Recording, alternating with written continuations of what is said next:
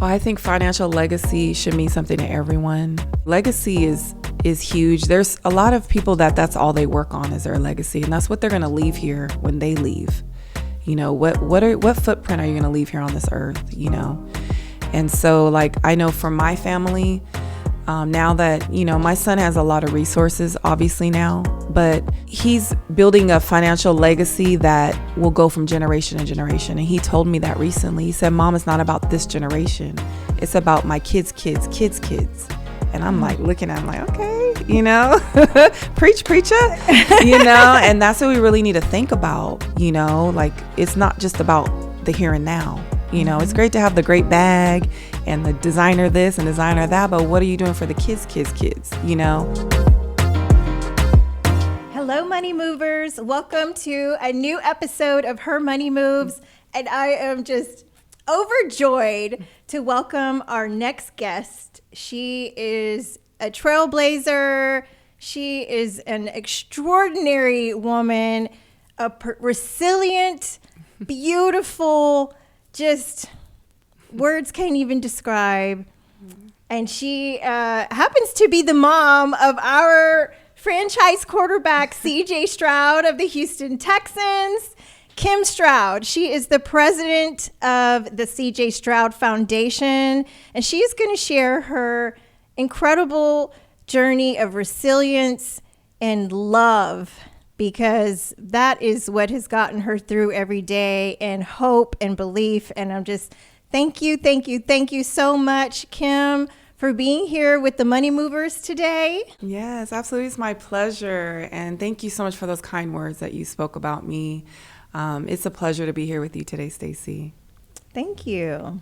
So you're not just, you know, the mom of an NFL star. You're a powerhouse in your own right. Yeah, well, you know, there's a lot that goes into what our family has been through. My son didn't just evolve overnight to be where he is. It was a lot of hard work. I always say it took a village, because there were so many people that invested into my son and his success and into our family. And our journey has been, to say the least, a very windy road. And so I'm extremely proud of him and what he's been able to do. I always say he's taken a bunch of lemons and made a beautiful lemonade, for sure. Yes, and that's because of you. Yeah, well, a village for sure. Yeah. Well, can you share a bit about your personal journey and what shaped the extraordinary woman that we see today? Oh, I appreciate that. So our family had a lot of pivots. No one's family's perfect. Everyone goes through different, you know, journeys in their life, but it's all how you bounce back. And for our family, we had traditional family, husband, wife, children. And we went through a huge pivot where there was no longer, you know, a father in the house. And so I became a single mom and raising my two younger children, which are Sierra, my daughter, and CJ.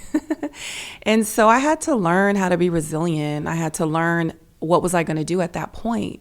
Was I going to, you know, buckle under pressure, or was I going to rise to the pressure? And my son always says pressure is a privilege, and it's true, because if you're actually breathing, it's a blessing from God, you know, and I give all glory to him, because he really gave me the strength to get up every single day and just try my best to make the best out of every day. And so we went through many financial struggles. We went through many spiritual struggles and many mental struggles. And I'm so grateful that we made it through. So, yeah.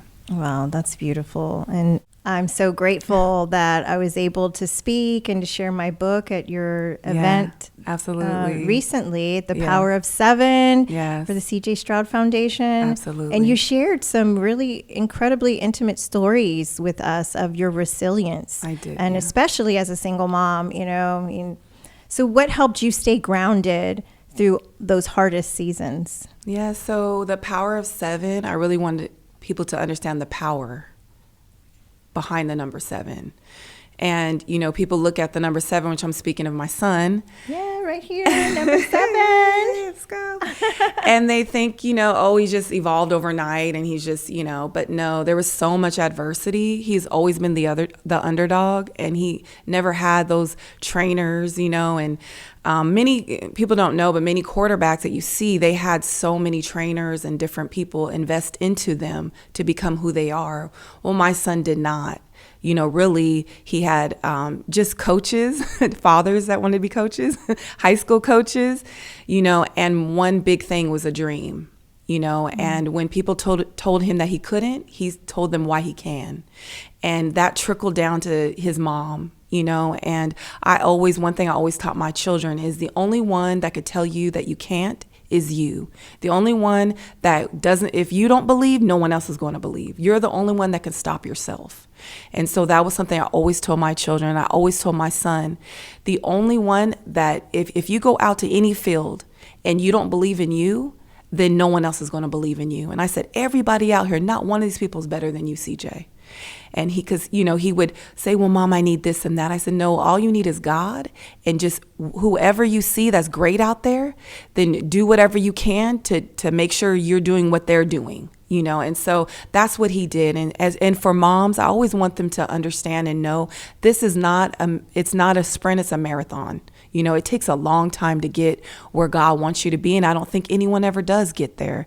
I just think every day we strive to be better than we were on yesterday, and that's the power of 7, and so that event was extremely important just to motivate, to inspire, and just to show women that no matter where you are, whatever walk of life you're in, just don't give up.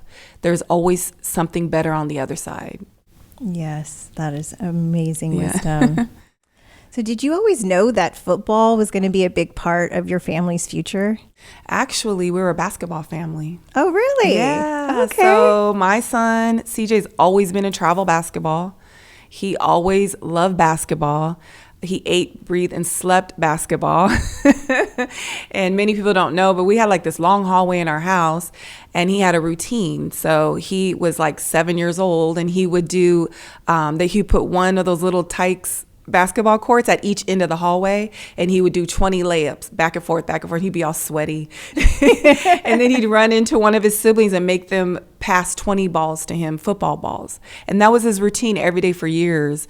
And I just knew at the moment, I said, this kid is determined. And it's nothing that you can teach a child when they have a passion for something. Mm-hmm. And he had a passion for excellence really young. But he was a basketball kid. And so the first day he went out to football, the first time he got hit, I was like, oh no. And I told his dad, I said, I don't know about this. I don't think this is for us. I'd rather go back to basketball, CJ. And he's like, no, I like it. So, we started doing both. But yeah, we were a basketball family. And so when did he make the decision just to focus on football only? So that was his junior year of high school. And actually we were at a banquet, and they were giving him his awards for basketball. And he got up, and I didn't even know he was going to do this. And he got up and he said, Coach, I really appreciate everything you've done for me, but this will be my last year playing. I'm going to dedicate myself fully to football because I have more opportunities in football, and I feel that that's where God is leading me. And everyone in the room and his coach was like, oh no. But, when you're called and a good man's steps are ordered by the Lord, and CJ knew that this is where God was leading him to, and he was right. Wow. Yeah, I played point guard in high school. Okay, yeah. I love basketball That's a too. tough position. Yeah, you're the floor general making all the decisions, and you're the leader making things happen. Yeah, for sure. You kind of dictate the whole game. Yeah. Did you play any sports? Oh, no, I have 2 left feet. So they So not a dancer either? No. I always say like maybe personality they got from me, like my charm. But as far as athleticism, no, my son did not get that from me. Maybe someone down the line in my line. And so let's rewind to 2023. Yeah. NFL Draft Day. Yeah. When CJ was selected 2nd overall. Yeah. What was that moment like for you? Is there one memory that still gives you chills? Yeah, so going into the NFL draft and anything else that we do, I never have expectations because I always want God to move the way God wants to move. I never want to say, well, God's going to do this and that, because I don't think that we all know what God's going to do, and Isn't that the truth? Right. And that's kind of setting yourself up for a disappointment, and not just that, that's just how I do things. So I said, Lord, whether he goes 1, 2, 3, or 30, I just pray that he goes, because people don't know, but once you declare for the NFL draft, you can't go back to college. So you're sealed in. There are some sports you can, but football is one of those that you cannot. So I knew my son, and it took him weeks to make his decision. He was on the cusp of going back to school. To Ohio State. Yes. 08. Child, yep. And it was because he hadn't won the national championship that he wanted. He hadn't done the things that he wanted to do in college. And it was really important. In the team up north, he hadn't beat the team up north. And that was a really big thing for him. And then another thing was the Heisman Trophy. Oh, yes. He knew he was good enough. He knew that he should have won. But it wasn't God's plan for him, and so he wrestled with it. So long story short, he waited till the day before you have to declare for the draft to declare. And so everyone was saying, Kim, people were calling me Kim, what is he going to do? And I would sit on his bed and I would just pray with him. And he would say, Mom, please don't ask me that question. I'll let everybody know when I'm ready. And that's just how CJ is. He's very strategic on everything he does. So long story short, he declared. That rose the tension level to me. I'm like, Lord, please. So yeah, when he went overall number 2, I was just so elated. I think the moment that I remember the most was just sitting there with him and sharing the moment, and just trying not to get too emotional, but my son has worked so hard. And I don't think people can ever understand what he's been through, having his father torn away from him, seeing his father in prison, and his father never has ever been able to attend a college game. His high school years, he hasn't ever been able to see him play. And that was his best friend. And just the disappointment and the embarrassment of other players having their dad. And here's his mom struggling. It's just a really hard situation. And he just rose all above it. And in that moment, I just sat there and I couldn't believe where we were. And I said, Lord, nothing's impossible with you. Like, you do things that no one could ever do. Like, no man could ever take you from the gutter and put you on a mountaintop like God can. And it was just a moment of rejoicing. And I just thanked him. And when you kind of know where you're going to go because all the cameras shift to you. So they shifted to Bryce, who went number 1. Then they all shift to CJ. And I was like, oh my gosh. And the Texans call. And I had to do everything not to faint and, or do a Holy Ghost dance. But it was a great moment, and just hugging my son and seeing his emotion. It was amazing. Oh, wow. Yeah, I can go on and on, but I'll stop there. No, that's so incredible. Yeah. Wow. So you raised a young man who's not only exceptionally talented, but he is so deeply grounded. Yeah. I know you shared during the conference that at one point he only had one contact in his eye, and he was still playing because he didn't want to be a burden to his mom. Yeah. I mean, can you share a little bit about some of those early days and some of the struggles you overcame? Yeah, so I really share the stories because I want people to understand that, it's okay wherever you're at. Don't be ashamed, moms. If you can't afford certain things, don't worry about it. Just keep being there. Keep being a constant. Keep being an anchor. Keep being there. That's the whole point of it all, and my son, understood that part.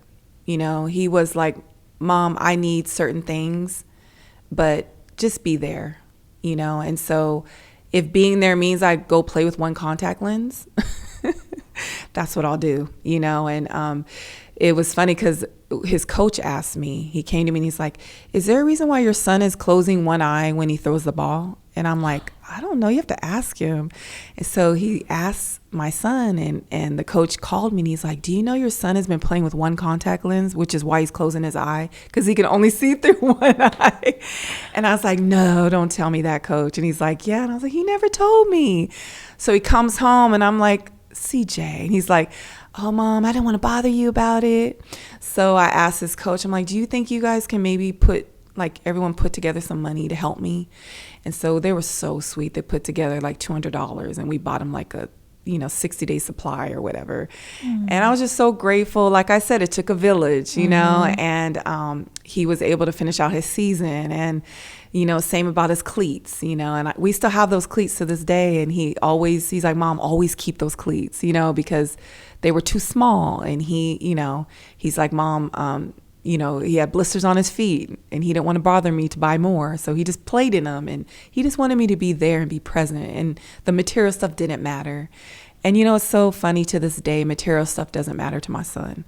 He obviously has the means to buy whatever he pretty much wants, but he chooses to we went to a restaurant when he was visiting home, and this lady waitress was just struggling with all this stuff, and he gets up and he's like, let me help you. And he's trying to take the stuff out of her hand. He's just a humble heart.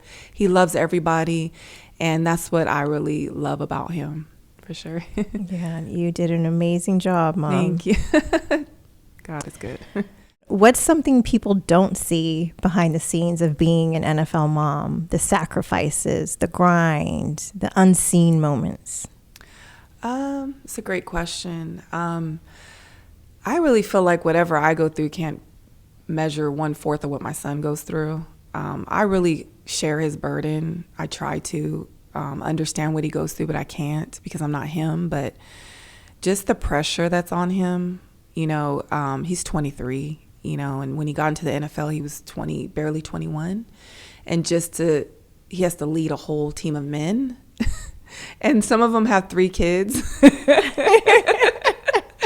some of them are like, man, I got to get home to dinner. My wife's cooking dinner and my son hasn't even got married yet. So just to step into a role like that, that's a lot, but more than that, just to stand up and be a man, and take on responsibilities that most kids his age don't have to take on, as his mom, I think it's just keeping, like I said, keeping that constant in his life, always being the same. When he comes home, he takes the trash out. He does everything he used to do. Good. He does. Everything's the same in our household, and I love that, and I give him his quiet time, and he, I always tell him, you could fit the room in my house. He could fit probably 10 of his rooms in his house, but he loves it. He just wants to be around his family, So I think that's just what I work on, is just being a constant, being an anchor, being there after the hard games. I think that's, as moms, I don't know if that's a sacrifice, but that's something we all try to do, just be there and be positive. What do you say to him after a really tough game? I mean, when we lost at the last minute to Detroit, was it Christmas? Oh my gosh. How do you tough. Lift him up from that? That was tough.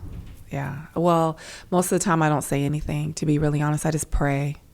I really pray for him, because if you could just imagine a tough loss like that, and then you have to go in front of media and you have to say the right things, because if you don't, it won't. First of all, you're a leader, so you have to and you want to. And then secondly, after that, your emotions can't take over. And I think that is kind of like moms. Sometimes we have to put our emotions way behind, because we have to still anchor the family, even though we're feeling ooh. So yeah, but sometimes I don't say anything. Sometimes I just tell him the Lord is our shepherd. I tell him that a lot.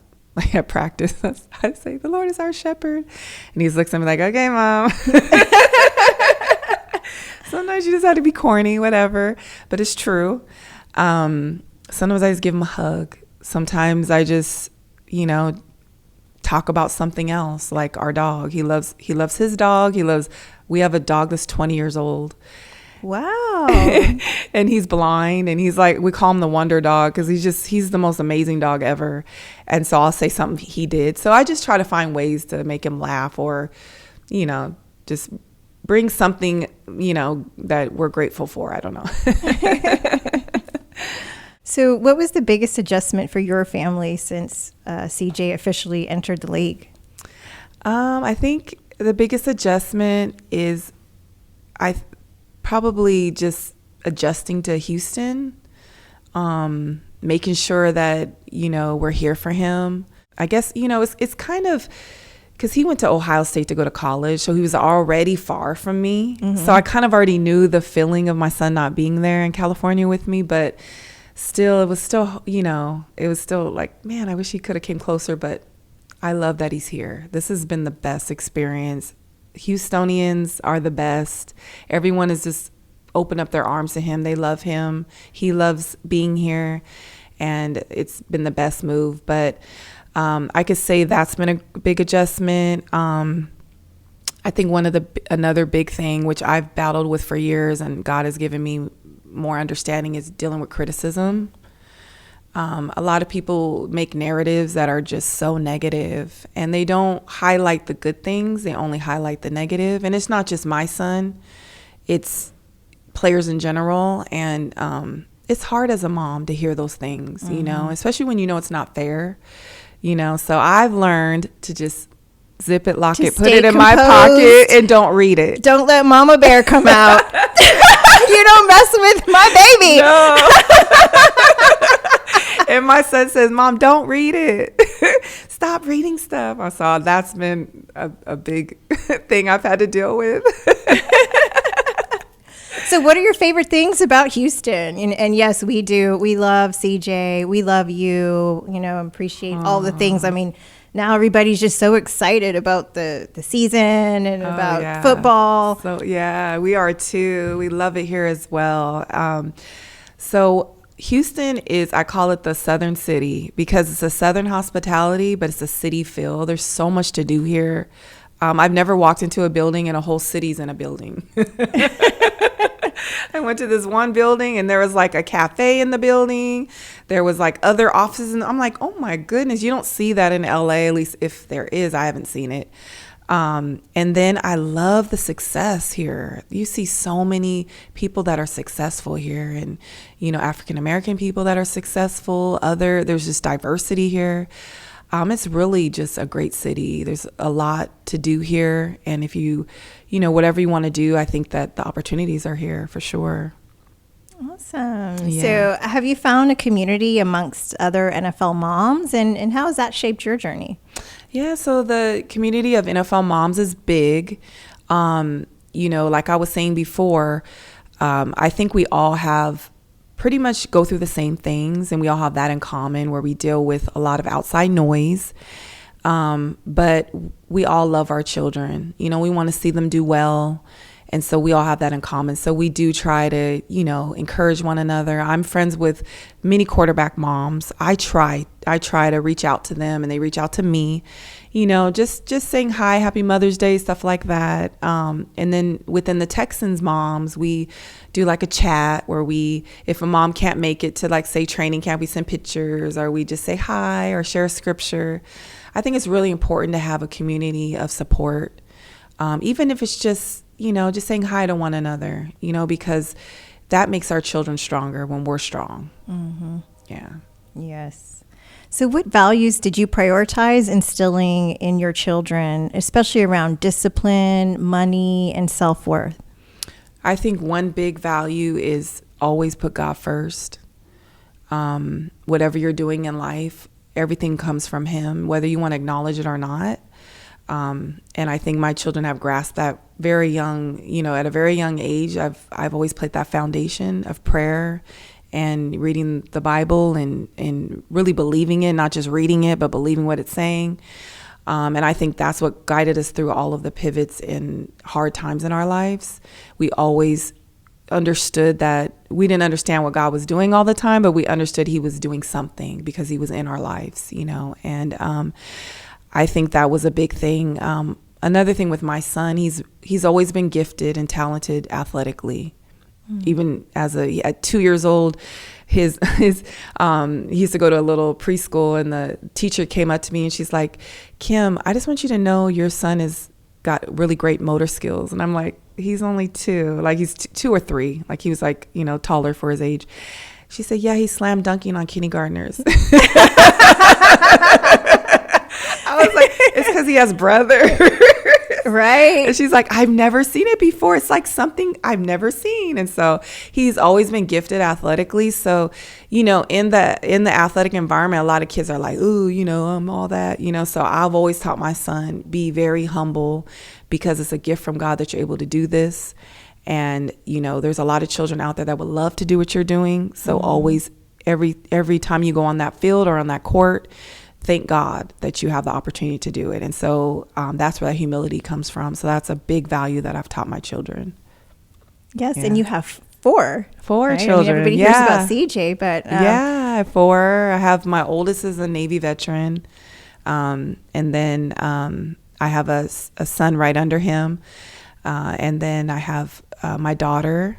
And then CJ is my baby. Yeah. So four. I have one short of a basketball team. But now you have a grandbaby on the way. I do. Yeah. At the end of this month, I'll have baby Gia, and she'll be such a great addition to our family. We're all so excited.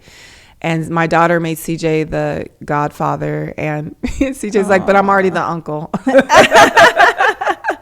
And she's like, well, you could be the godfather too. So we'll see how that goes. But it's been amazing just seeing, your daughter evolve. And, she came to she came to almost every game in college, but pretty much every game in the pros. So she's like, Mom, I'm not gonna be able to come because, Gia's going to be too little. And I'm like, Sarah, I think you've done enough. He knows your heart. It's okay. Wait till Gia gets a little bit bigger. She can wear the little earmuffs. But so I'm like, it's okay. So our family's very close, and, we all support one another. Okay, so let's talk money moves. Yes. What are some of the money lessons or mindsets that you've passed on to your children? Yes. So I always say, whether you have a penny or a nickel, you can always learn how to use that penny and nickel. I'm like the clearance section queen. Even to this day, I love a good bargain.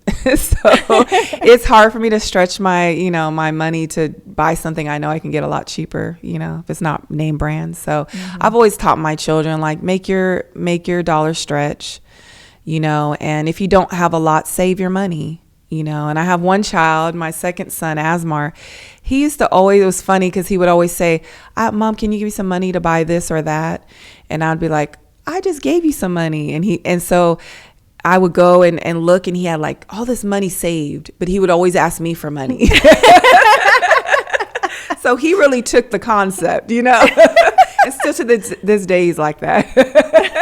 But, I always taught them save, and if you want something, it's better to earn it yourself, because then you'll value it, and I think that's why CJ values what he has, and he hasn't gone out and bought all this extravagant stuff, because he knows the value in saving, knows the value in investing, and some of the money moves he's making is just phenomenal. And to hear him as a young, man, and a young Black man, he's investing in companies, he's investing in things that are just blow your mind at his age. And that's what the whole space of NIL has kind of done, it's produced these businessmen at young ages where they understand equity in companies. They understand real estate. I know a couple of his Ohio State teammates were flipping houses in college. So they were taking their NIL money, buying houses that were a little, needed fixing up, and they were fixing them up at a low price and flipping them. And I'm like, oh my goodness, like, how are you doing that during season? But it's just amazing to see, and so I think that's one thing NIL has really done, and it helped my son a lot to see, what you can do if you save and if you invest well.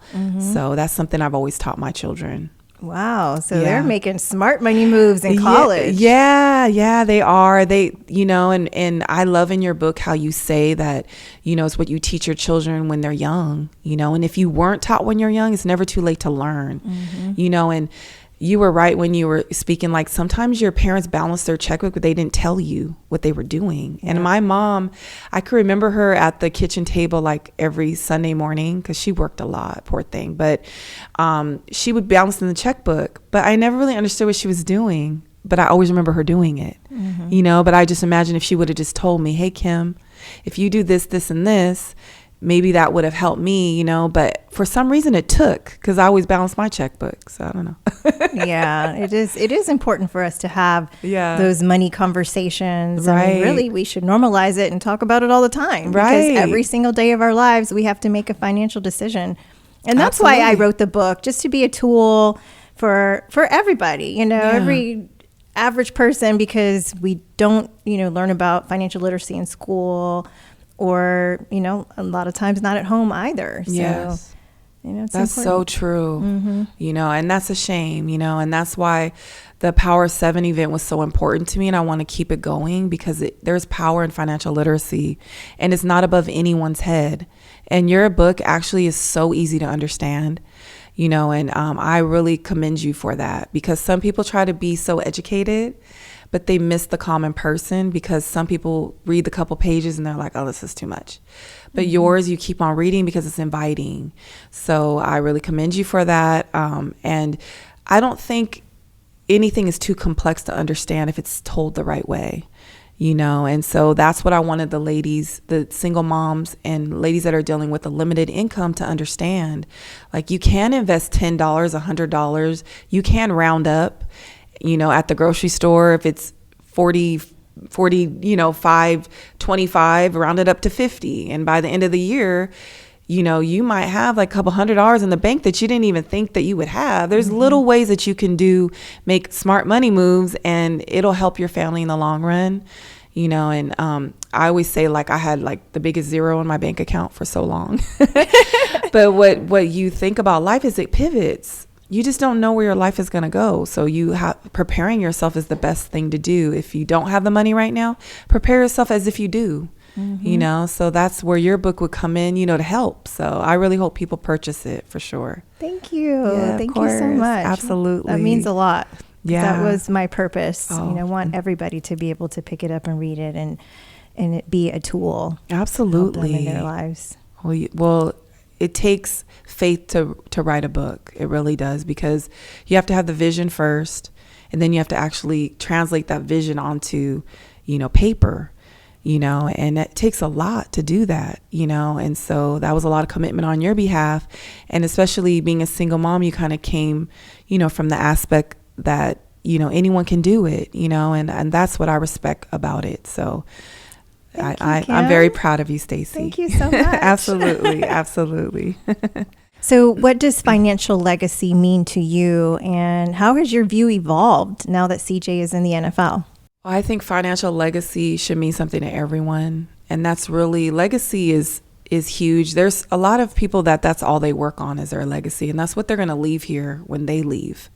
What footprint are you going to leave here on this earth, And so, like, I know for my family, now that, my son has a lot of resources, obviously now, but he's building a financial legacy that will go from generation to generation. And he told me that recently. He said, Mom, it's not about this generation.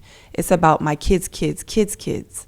And I'm like looking at him like, okay, preach, preacher, and that's what we really need to think about, like, it's not just about the here and now. It's great to have the great bag and the designer this and designer that, but what are you doing for the kids, and that's just setting them up to be, to understand, what you can do, like the legacy you can leave, and I commend families that were able to keep like a family business going for years, 20 plus years, 30 years, and the son took it over and made it even bigger, or the daughter took it over and made it even bigger. Yes. Why can't we do that? And for the families that have done that, I'm, great job. And I think that's commendable, but like, why can't the Strouds do it? And I think for my son, I'm very proud of him, and he was speaking of his portfolio and expanding it, and investing in companies and being a franchisee, and just things that I'm so proud at his age that he wants to diversify like that, and show what he can do, with a little bit, and make money moves and make his money continue to multiply. Yes. And this is not even NFL money. This is just money from, endorsements and, equity that he's had in companies since college, So it's pretty amazing. It is amazing. Yeah, I'm just trying to follow Smalley in his footsteps. I'm not there. No, that is amazing because, we see time and time again, a lot of professional athletes and celebrities, they sign multi-million-dollar deals. And then unfortunately, years later, you see them go bankrupt, and it's because they don't have the tools and they don't have the awareness and the knowledge and a family and, to really help them to stay focused and to know what to do with that money so that they don't lose it, because it is very easy. You have so many temptations and so many distractions that that money can be gone like that. Yeah, so true. Money is currency. It's meant to move. I always wonder though, do we focus on the ones that did not do well with their money instead of focusing on the ones that do? And that's kind of what I always think about. Like, let's focus on the ones that are doing right with their money. So then the ones the ones that are the children that are in college now, that are now making, great money, now they'll focus on, hey, CJ or whatever athlete, has a partnership with this company, is making this amount of money per year. I want to do that too. Yes. You know what I mean? And that's what I hope for the future of financial literacy in college athletics and pro athletics. Let's focus on the young men that are doing the right thing, and how are they doing it? It's not top secret. I think it first starts with a great team. You have to build a great team around you. And one man you can't do it all by yourself, and I wish that we could, but there's great minds out there that God has placed in our path. So I'm really grateful for my son for making a really great team around him. Tommy, who actually came and spoke at the Power of Seven, he's amazing. And he really has, helped my son a lot with understanding his portfolio, understanding how we can expand, what's the smartest moves to make, and others that have helped my son as well. So I'm glad that, he understands those things, and he's building, more knowledge. And he always tells me, like, Mom, I haven't arrived. Like, I still, every day I'm trying to find different ways to, make sure that I'm, making the right choices. So I'm very proud of him for that. Yeah. Yes. I heard Alex Rodriguez speak last year, and he said that his mentor is Magic Johnson, and Warren Buffett. So who's CJ's mentor? That's a great question. I mean, I could say the same. I would take it even to, I can't say for sure, but one person that was very, and I would say not really personally, like everyday talking to, but just showing that you can go out of kind of the ghetto, and you can be looked at as bad, and you can turn it into now being, he's like campaigning for so many companies and endorsing them, and is Snoop. I mean, who would have thought Snoop Dogg would be the face of so many different companies? I mean, you see him all over everywhere. Yes, you do. Him and Martha Stewart are the best. Who would even think he would couple with Martin? You just never know, and the only reason why I bring him up is because his program that he started, the Snoop League, that helped so many young athletes, who wouldn't have gotten an opportunity to play football. There were scholarships that were given to kids, free uniforms. And I really commend him for that, because he didn't have to do that. People say, oh, he's a millionaire. Yeah, but there's a lot of millionaires that wouldn't do that. Yeah, that's true. So like, I remember at first when my son wanted to play for him, I was like, because all I seen was an image of, the whole weed smoking thing. Now everybody's like, who cares? But, back then that was like a taboo thing, right? Well, no one knew though.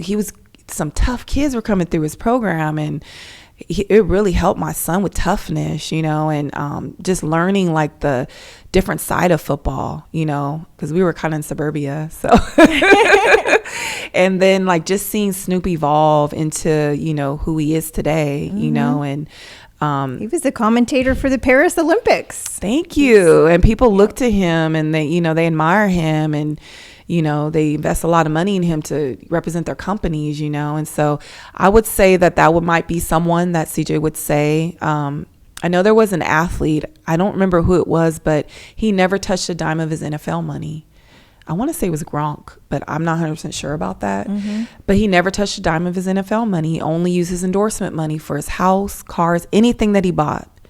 And my son has fallen in that footstep. So I'm not sure if that is it, or if maybe, financial advisors are giving that advice more now because of that. But there's a lot of different smart men out there that are making amazing moves. And they're telling the young men, this is what you should be doing. So, yes. Yeah, I'm sure there's many. Yeah. That's incredible. Yeah. And I'm the same thing. I never really thought of, there's a lot of parents that kind of build careers, around their children, that, whatever successes their children have. And I think that's great. I just want to support, I think like CJ Stroud Foundation is so near and dear to our family because, we take different issues or different things that really affected us, and we want to give back and help people and help families and help moms just to help them just a little bit, and let them know that we understand, and I think that's why the foundation is so near and dear to us, just a foundation of hope. We're small, so we don't, but we're mighty, and so like single moms are so important to us, and investing in them and letting them know you can do anything that you want to do. That's so near and dear to CJ. And I'm really proud of him, especially being a young man, caring about single moms, and he always tells me single parents, mom. So our next event needs to be single parents. But, his mom was a single mom, so that's why that's so important. And then children of incarcerated parents, that's the silent voices. No one, when someone goes off to prison, what happens to the families? And does anyone really think about that? Some kids, both their parents are incarcerated, and so now the grandma is raising them, or they go to foster care, so it's the silent voices, and so we want to support and help. And then you have underserved communities where the kids might not be that, they might have behavioral problems, or they might, whatever the case may be, or they might be extremely athletically gifted, but they have all these influences. So how can we help?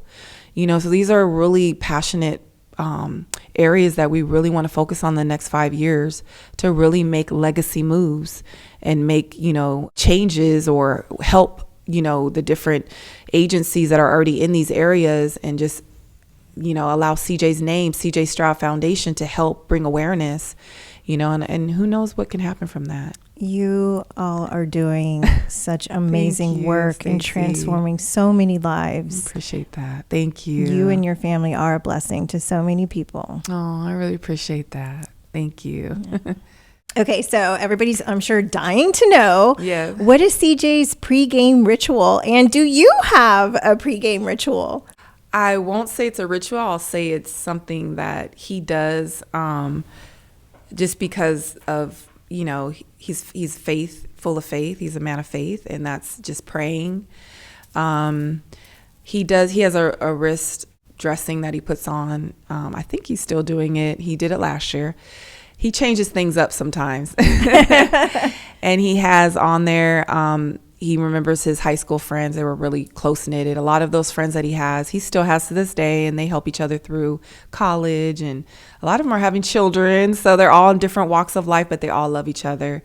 And then he had a friend that passed away. He has him on there in scripture. CJ always goes and prays before games because, it's God that's protecting him out there. And also just grateful that he's able to play this wonderful game, and get paid to play what he loves to do. That's, who can say that they're getting paid to do what they love? It's a very small percentage of the world. That is so true. Yeah. A lot of people look at it as entertainment, but they're putting their health on the line, and so, but they love doing it. That's their passion. So my rituals, I just have like bracelets, and I have like scripture, a necklace that has scriptures on it.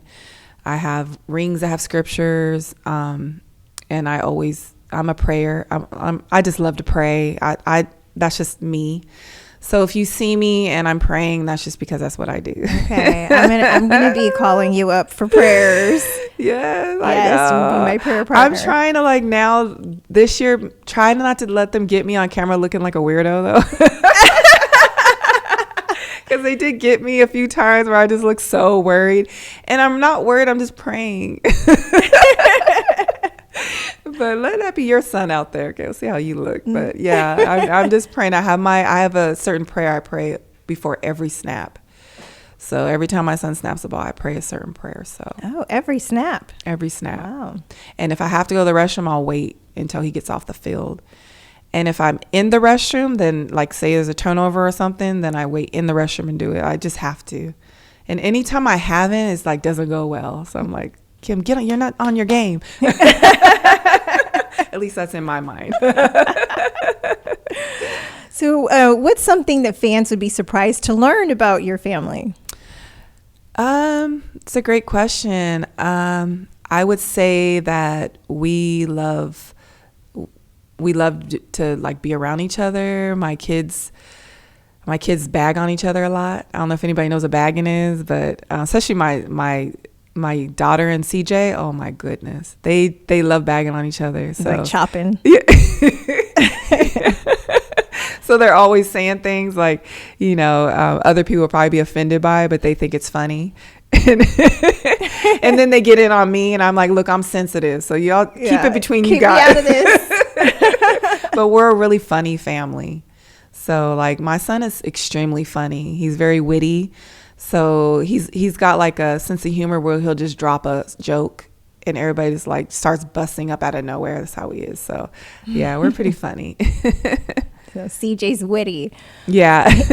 And he also plays under tremendous poise, under incredible pressure as the quarterback. What's one time that you had to channel that same calm under fire in your own life? I think that poise is something we utilize every day because there's a lot of people out here that can make you really angry. Especially driving. No, I'm just kidding. No, I would say probably the hardest times financially for me. I remember times when I really just didn't have money to even pay the light bill. And I'm sure other people can relate. And there was a time I didn't have money to pay the light bill or the water bill, and they were both being shut off within a couple days. And I had to poise myself because you can't show your children that frantic. If you're proclaiming faith and you're saying God is with us, at the same time you can't doubt God. So you have to find your medium to show them you're human, but show them that we're still standing on faith. And God made a way and we paid it. But at the same time, I had to have a poise. And I think that's how CJ is, poised under pressure, because God will make a way somehow. So even when we're down by however many points, it's 3rd and 14, you see him shoot a dart across the field because he's always knows that God will make a way. So he doesn't, if you keep looking forward, then you can see what he's making a way doing. But if you look down, you might miss it. So I think that's him just always looking forward. Yeah. So always keep your head up. Always keep your head up. One thing at a time, one day at a time. Yeah. And so what song gets you hyped before a game? So I love gospel music. One of my favorites, No Weapon Formed Against Us by Fred Hammond. That's one of my favorite songs. I usually play it on Sunday mornings before we go to a game. I usually play a whole mix of Fred Hammond songs, but No Weapon Formed Against Us is a song I play a lot. Yeah. And do you know what's on CJ's warm-up tape? He always loves gospel too. So he loves a lot of contemporary gospel or contemporary Christian music. I send him a lot too. So he loves The Lord Is My Shepherd. It's a song that he plays every day. And then he'll go into his hip hop. So he has an array of music. He has a whole playlist. I don't know. It's from everyone to everyone. Depends on his mood, but he has a music that keeps him, like kind of your workout music type stuff. Yes. Yeah. Yeah. And who's the most unexpected person that's reached out to you since CJ went pro? Through our foundation, a lot of wonderful people have reached out to us. Like recently, the NFL Players Association, which I was so grateful for, donated 200 backpacks to the event that we were having. I can also say the district attorney of Houston reached out to us, which was amazing. The Harris County sheriff, the city controller, Chris Hollins, like who reaches, like they're so high up. I just was so amazed that they reached out to us and helped us with this event. And then, other moms, other quarterback moms, I'm so grateful when they reach out to me, because I'm all about community and all about lifting one another up. For me, it's not competition. It's more, lifting each other up, because we're all going through the same, nervousness, especially when their children are rookies. That's really hard. So yeah, just hearing from people, in general. I'm just happy to hear from anyone, to really be honest. Yeah. And, when you work together and support each other, then you can reach and help even more people and make a bigger impact. Most definitely. Yeah. We all have the same common goal, and that's just to reach the community, make sure that they feel heard and seen, and that's the most important thing. And our youth is our next generation. Mm-hmm. And right now, I feel like youth is what we have to concentrate on, because the adults, so the youth is what we really, need to continue to grow, invest in. And my son has really been thinking about that too. Like, how can I invest more in our youth? So to be continued on that one. Yeah. Mm-hmm. And what's one quote or mantra that you live by as a mother and a woman of purpose? One quote that I live by, probably, I would say it's a quote. I would say it's more of a state of mind, and that's just every day, just take one step in front of the other. Just keep moving forward, and I have to say that, especially when I'm every day planning my day.